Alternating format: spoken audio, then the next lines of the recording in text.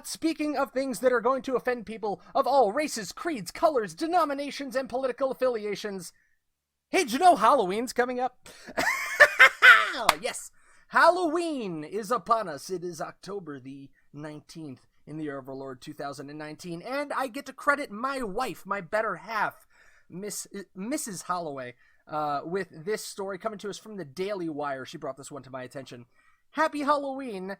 Annual offensive costume bans begin, this time starting with Michigan State University. Emily Zanotti of DailyWire.com reports.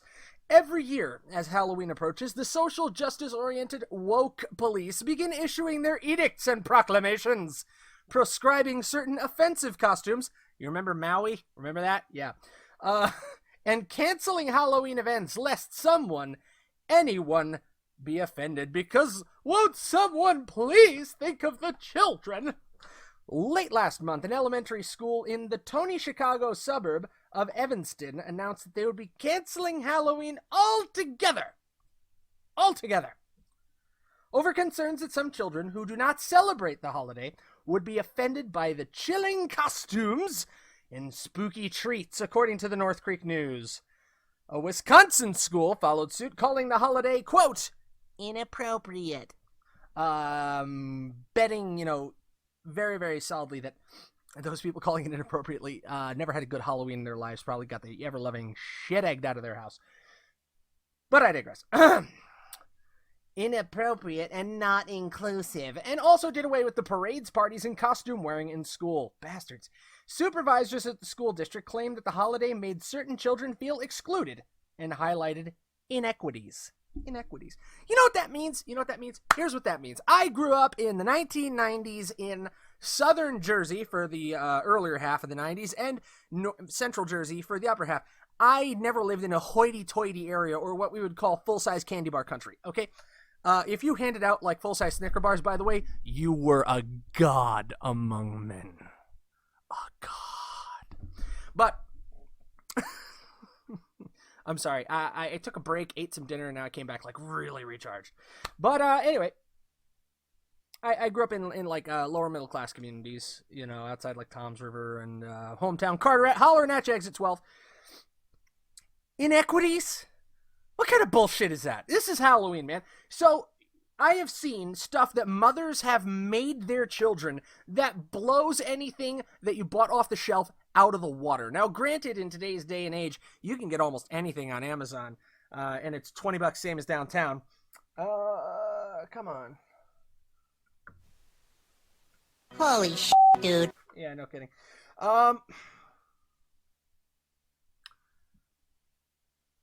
But inequities?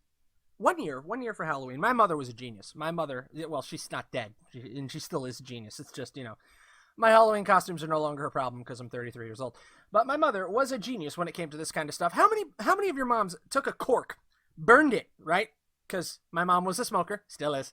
Took a cork and burned it and would give you a hobo beard and a hobo mustache by rubbing the burnt cork on your face. Or they would rub the cork all over your face. Black face! Oh, do I have dun dun dun? No, I don't. Come on, man. That is BS. Anyway, and they would darken your complexion. But the goal wasn't to make you look like a different race. It was to make you look like you'd rolled around in a pile of soot. Because you were dressed as a bum. That's how you did that. All right? Or, wrap you in tinfoil, make you a leftover. There were a ton of really, really great, inexpensive costumes.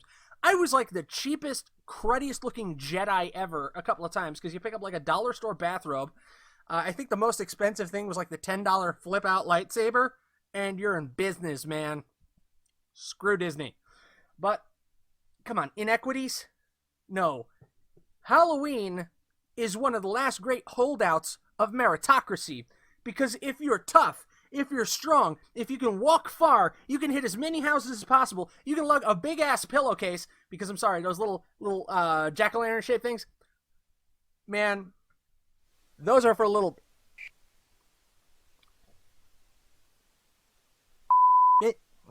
Fine. Those are for wussies. You get the pillowcase. You get your great big old pillowcase. and you carry all your candy in that, and how far you can walk and how many houses you can hit, and whether or not you can make it to the rich neighborhood. Remember I told you about full-size candy bar country? Them people. If you can make it to that neighborhood, then you're a boss, all right? And then you come home with a big load of candy. If you wuss out, like a mile in, I'm tired. I want to go home. Oh my god, I walked so far. I can't even anymore. What kills me is like these days, it's not the kids that are wussing out of it. It's the damn parents. Like, seriously, the parents are just wussing out of it. I know! I walked too far. Let's get in the car and drive a couple of blocks. Nobody drove us. Granted, I grew up in a town, 4.5 square miles, population 24,000, okay? So, suffice it to say, we were packed close enough together where you can get a decent haul going. I understand some rural areas. You get, like, the trunk or treats. You get, like, the school parties. That's how these kids trick or treat. That's the only way they can do it now. And now you're taking that away. Bloody hell. Inequities. My ass. Anyway, across the pond in Scotland, one school swapped out Halloween for the autumn dance. No, you don't swap that out. You have Halloween and an autumn dance. You do both. Cheap bastards. Anyway, according to The Sun, after two parents complained that not all families celebrate Halloween. Well, that's because some families are clearly better than others. Deal with it. And forcing kids to purchase Halloween costumes to wear to school could put an unnecessary strain on family budget. I need an appropriately sized blunt object with which to brain myself. Where the shit? Oh my god. Double face palm when one's not enough to hold your brain in. I just mentioned how I grew up broke, flat broke, you can't afford to buy it on credit in southern Jersey in the early 90s, and my mom, bless her heart, came up with cool stuff on the cheap, and I did fine. Put an unnecessary strain on your family budgets. I get it, man. I'm on a budget right now. I have 4 kids. Times are tight. Gotta make economies. Pick and choose. Most schools happily incorporate Halloween into their calendars, though, at least for the first 12 years of mandatory schooling. Once students get into college, the real woke police take over, sucking the fun with strict rules about which costumes are acceptable and which costumes could lead to trouble. Michigan State University leads the way in 2019, releasing its rules late last week and pasting posters across campus, asking students to consider whether their planned costumes are racially, culturally, or ethnically based. The College Fix reports the posters asking, is your costume racially, culturally, or ethnically based, appeared in dorms last week, courtesy of the school's Residence Education and Housing Services. The placards featured examples of, quote, costume fails. A guy dressed like a mariachi. A woman dressed as Native Americans, known as hypersexualized racism, and in a Japanese kimono, and a space alien, which allegedly represents illegal aliens. Wait, are you shitting me? No, they really wrote that. The American Mirror, which covers incidents of far-left meddling across the education system, was able to get a hold of one of the posters, which gives strict guidelines to students celebrating both on and off campus. Quote, no sombreros or mustaches, Nazi gear, Rastafarians, illegal aliens, Middle Eastern attire, and other racially, culturally, or ethnically based costumes. Students are warned to avoid any costume that involves cultural appropriation. Quote, Western appropriations of non-Western or non-white forms carry with them, quote, the connotation of exploitation and dominance. America is dominant, isn't it? You know, just saying. Hashtag, just saying.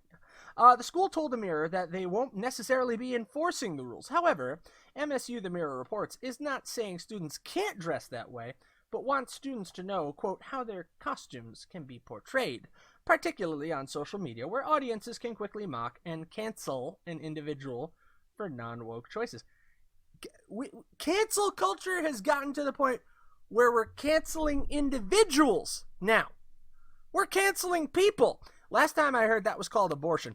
I'm not even going to rim shot that. That was just bad. Come on. Yeah, kind of when you cancel a person, you know what I mean? Or murder a person, actually. canceling individuals, canceling people. You can get canceled as a person now. Never mind your job. Never mind this show that I'm on. If Ron got particularly pissed and decided to cancel me, or YouTube decided to finally smash me with the ban hammer because I'm really tiny and I love my YouTube followers, all 30 of you. Be fruitful and multiply. Grow amongst yourselves. I'd like to get paid someday. BitChute, by the way, I love you too, guys. Thank you so much for watching on BitChute, where those rules need not apply. But, of course, Michigan State University's mascot is the Spartan, drawn straight, or one might even say, appropriated from Greek history. Foundation for Individual Rights in Education, or FIRE, notes that not all colleges are hands-off in enforcing the rules as MSU, and that students have been punished for non-woke costumes in the past. Yes, it seems that some colleges did the nasty to their students in the past. Students, be aware that colleges may not be clear about how wrong costumes may be treated. The guidelines can be vague. The rules can sometimes be subjectively... Wait, what do you mean sometimes? Every single one of these is subjective. Offense by itself is subjective. What offends you might not offend me, might not offend Bob. Whoever the hell Bob is. FIRE also notes, however, that Halloween costumes are protected speech, and public colleges and universities must allow students to express themselves as the students, not the administrators, see fit. Good luck with that one. To be safe, college and university students might want to forego politically charged costumes and stick with the more generic commentary on current events. Yandy.com, the headquarters for bizarre, overly sexy costumes on the internet, features a sexy White Claw, a sexy meatless hamburger, and a sexy what the I almost dropped the foxtrot. What in the blind fornication is a sexy tariff? Okay. Link will be in the description. It's just a particularly risque dress, short-cropped, low V-neck, with dollars that say tariff across the front of it. Well done. Well done. You've actually found a way to make tariffs sexy. Good job. All right. So thank you so much to the Daily Wire for that. Again, link will be in the description. Please check that out and support that wonderful conservative libertarian content. Hashtag not a sponsor, but hey guys, call me. Halloween's coming up. I've got 4 kids. One of them school age. Typically we've been going with kind of animal-themed, horror-themed things. There's a horror game that came out some time ago called Five Nights at Freddy's. Don't judge me for the fact that my 6-year-old knows what that is. It was really popular on YouTube when the kid was born, and it's kind of been a part of our life ever since.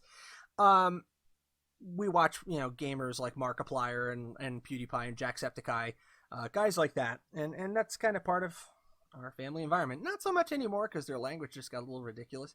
But anywho, the games kind of stuck with us, and we've read some of the books, and it's a great scary costume that's non-gory.